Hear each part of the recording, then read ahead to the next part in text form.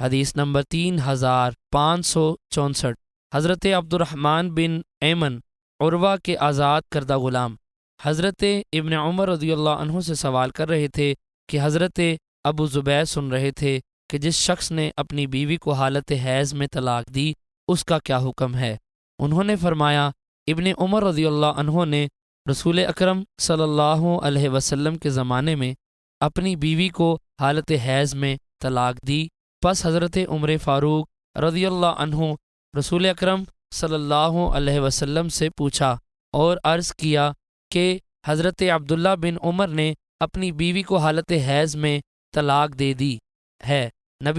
نبی اکرم صلی اللہ علیہ وسلم نے فرمایا انہیں چاہیے کہ رجوع کریں، اور مزید فرمایا کہ جب وہ پاک ہو جائیں تو طلاق دے دیں یا روک لیں۔ حضرت ابن عمر رضی اللہ عنہ فرماتے ہیں، نبی اکرم صلی اللہ علیہ وسلم نے یہ آیت پڑھی، اے نبی صلی اللہ علیہ وسلم، جب تم اپنی عورتوں کو طلاق دو تو ان کی عدت کے شروع میں طلاق دو۔